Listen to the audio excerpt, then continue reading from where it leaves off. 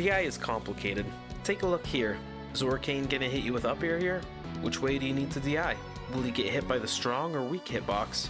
Which way will you get sent? It seems a prerequisite to having good DI is to know every single move in the game and their strong and weak hitboxes, and the angle they send at. Well, not really. Most strong moves are pretty intuitive on which direction they'll send. Well, most of the time.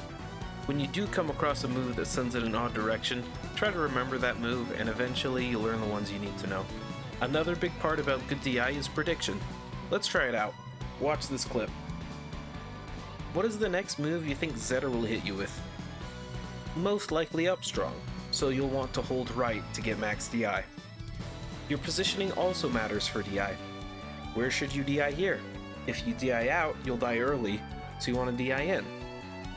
But with the same attack at a higher percent over here, you want to DI away so you don't hit the top blast zone. And sometimes no DI will be the best option, as in this case. The takeaway from this is that certain moves like Raster up B, Olympia up B, Claren down strong, and other moves with that launch angle, you want to either DI towards the farthest blast zone or to the corner. Do your best and you'll slowly pick up on it, and remember, even pros make mistakes on this one. Here's another example. There's not a great answer to this one, because it's a 50-50 mix-up. Orcane F tilts and you're holding out, you die. But if you hold in and Orcane down tilts, then you also die to a combo.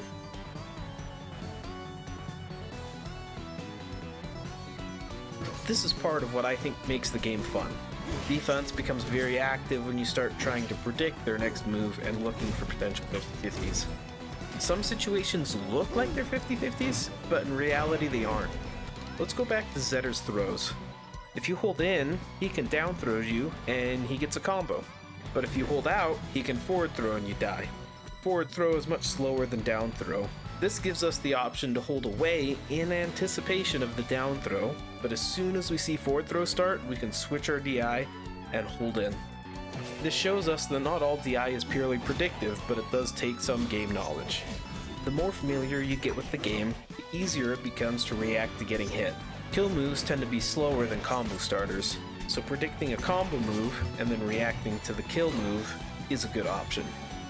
And then there's this.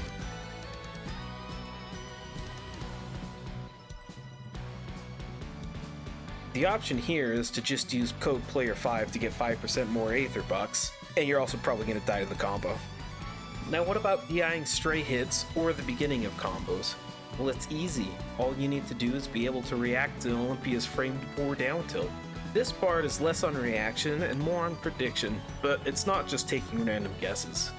This plays directly into how you play neutral and your understanding of burst range.